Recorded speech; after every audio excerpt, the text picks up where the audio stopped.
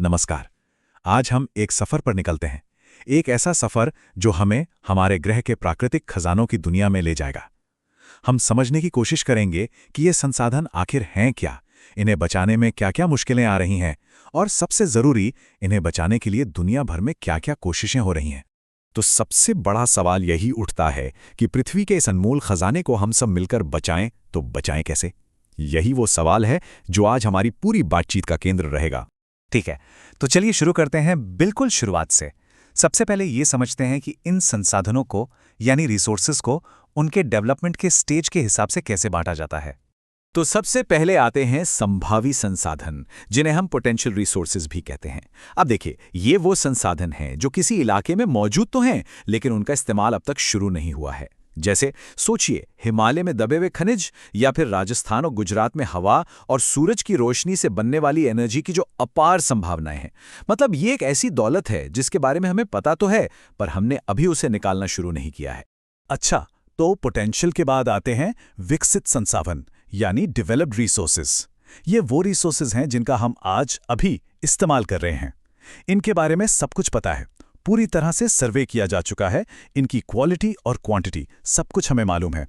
इसके बढ़िया उदाहरण हैं झारखंड की कोयला खदानें या फिर असम का पेट्रोलियम।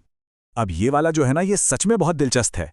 ये हैं संचित कोष या रिजर्व रिसोर्सेस। इसको आप ऐसे समझिए, जैसे कोई बंद खजाना हो और उसकी चाबी अभी तक हमारे पास नहीं आई है। मतलब ये संसाधन है तो, पर हमारे पास आज जो टेक्नोलॉजी है वो इन्हें इस्तेमाल करने के लिए काफ़ी नहीं है।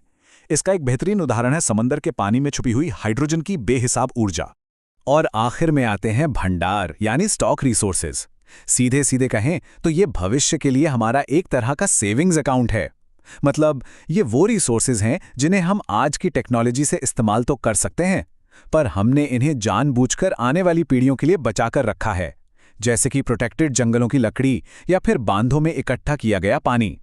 तो अब हमारे पास ये सारे संसाधन तो हैं, लेकिन यहीं से कहानी में एक बहुत बड़ा मोड़ आता है और हम पहुंचते हैं इस दौर की सबसे बड़ी चुनौती पर।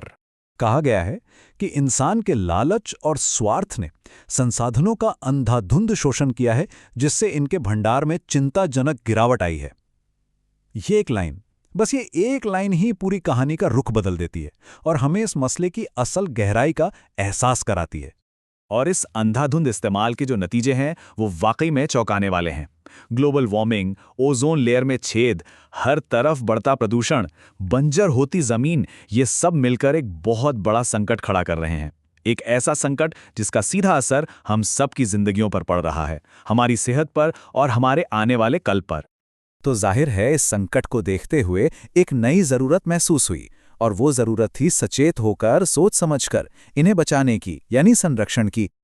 और देखिए, संसाधनों को बचाना सिर्फ पेड़ पौधों या जानवरों को बचाने तक सीमित नहीं है। नहीं, ये हमारी सामाजिक, आर्थिक और सांस्कृतिक हर तरह की समस्याओं को सुलझाने के लिए बेहद जरूरी है, ताकि हमारी आने वाली पीढ़ियां भी इन खजानों का उतना ही फायदा उठा सकें जितना हमने उठाया है। तो सबसे जरूरी बात क्या निकल कर आती है? यही कि हमें एक प्लान चाहिए, एक मजबूत प्लान। और इसी को कहते हैं संसाधन नियोजन या रिसोर्स प्लानिंग।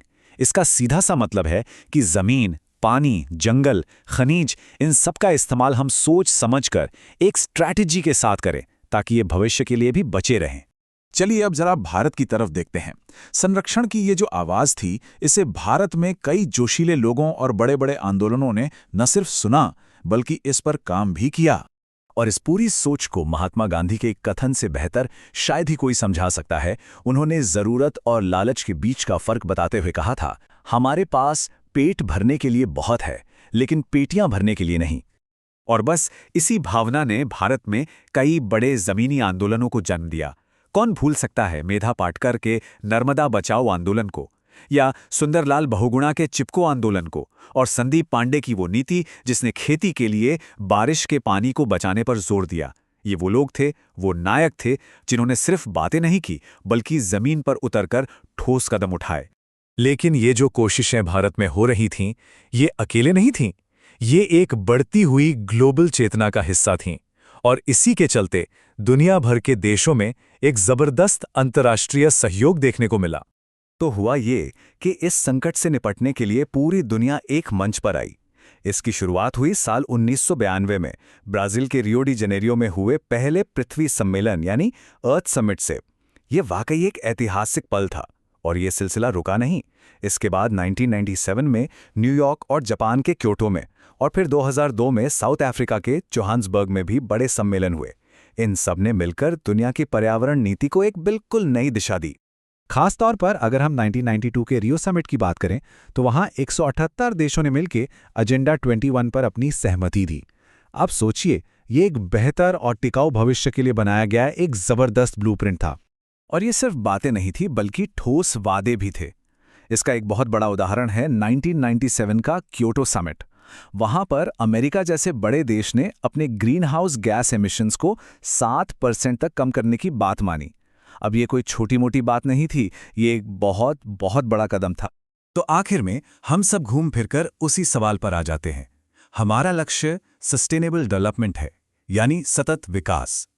तो सवाल यह है कि इस लक्ष्य को पाने में हमारी भूमिका क्या है? ये एक ऐसा सवाल है जिस पर हम सभी को सोचने की जरूरत है, क्योंकि आखिर ये ग्रह हम सबका साझा घर है।